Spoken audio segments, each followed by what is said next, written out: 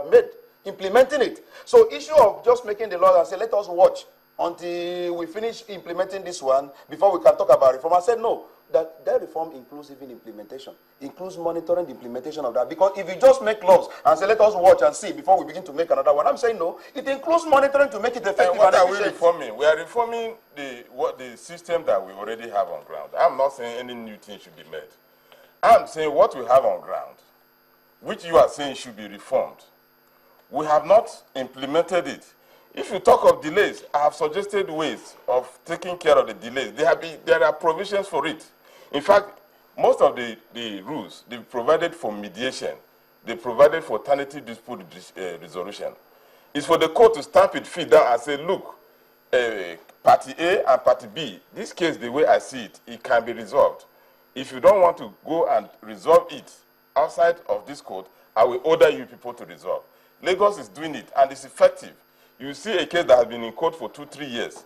Within 1 hour, it has been resolved at the mediation center. Within 1 hour.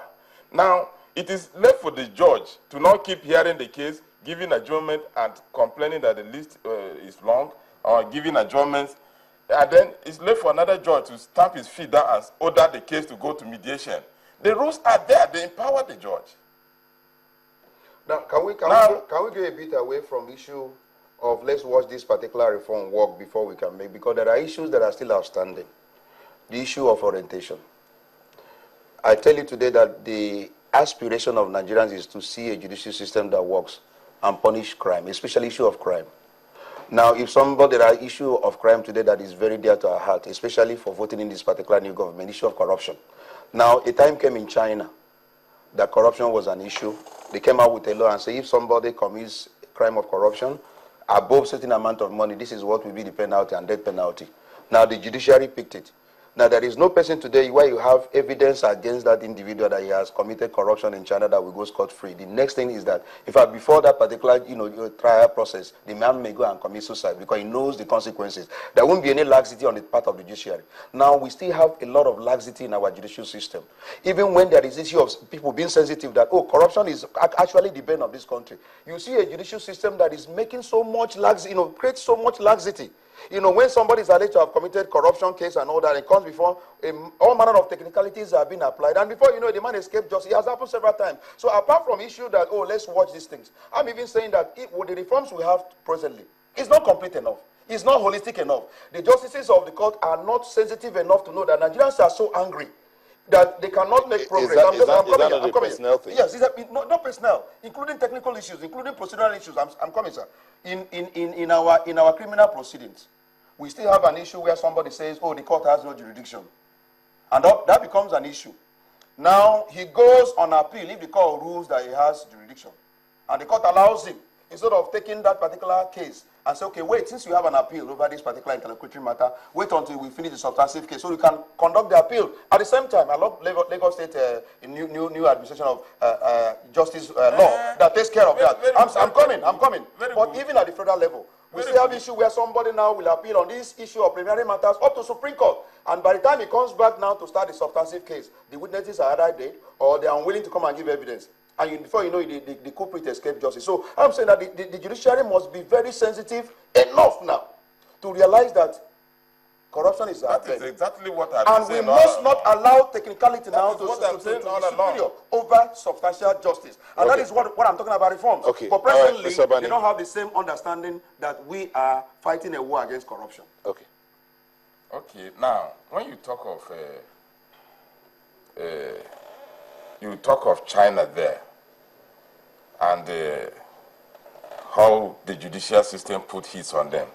Now, most of these cases that people are complaining of, they are not exclusively within the control of the judiciary. The executive, first of all, have to prosecute these people. In fact, it has to find a basis it has to find action.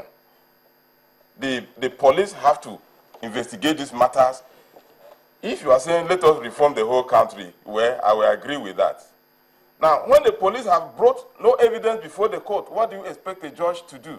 Now, can I give you now when you have evidence have been brought? Now, and, when you and, have, and the judiciary, can I tell you, sir? When you we are talking about giving, making the police, when you have the executive, making the all right, gentlemen. security a scapegoat. I don't want you to do that. I'm not because making we have instances where these cases have been Mr. Obani, and they didn't, Mr. Obani, Mr. Dio, Mr. Obani, yes. I'm afraid we are asked to round up. So in a few seconds, your closing statement, Mr. Obani. Yes, he was trying to make a scapegoat of the security agencies in handling of the cases. I pointed out, you're hearing me now, it's my own time. It's my own time. I've given instances where somebody was alleged to have stolen billions. He was asked to pay a fine of $750 and walk home. The option of even sentencing him was Mr. not applied. We have to go. No, we have instances of somebody was convicted for billions and he was asked to pay a fine of $3 million and walk home. So I'm saying even the one that come before you, there are evidences. What have you done with it? Okay. Well, I have not read those cases. You have 10 seconds. 10 seconds. You are not in Nigeria, yes. I'm in Nigeria. All right, I have to go. I have to go. I don't comment on cases which I have not read. We have to go. Okay. Thank you very much. Mr. Nso Dio is a legal practitioner. Mr. Yekachubani, thank you for coming on the show. I appreciate you. We'll be looking at the judicial reforms. Their hope for more reforms. Thank you so much for those that sent in their tweet. Ikechukwu Olemefo says, please, lawyers are problems in Nigeria. Okwe Victor finally says, we need more than reforms. The reforms should be implemented. Thank you so much for letting us be a part of your evening. And those comments we couldn't take, we do thank you for sending them in. Have yourself a good night. I'm Neo Taigbe.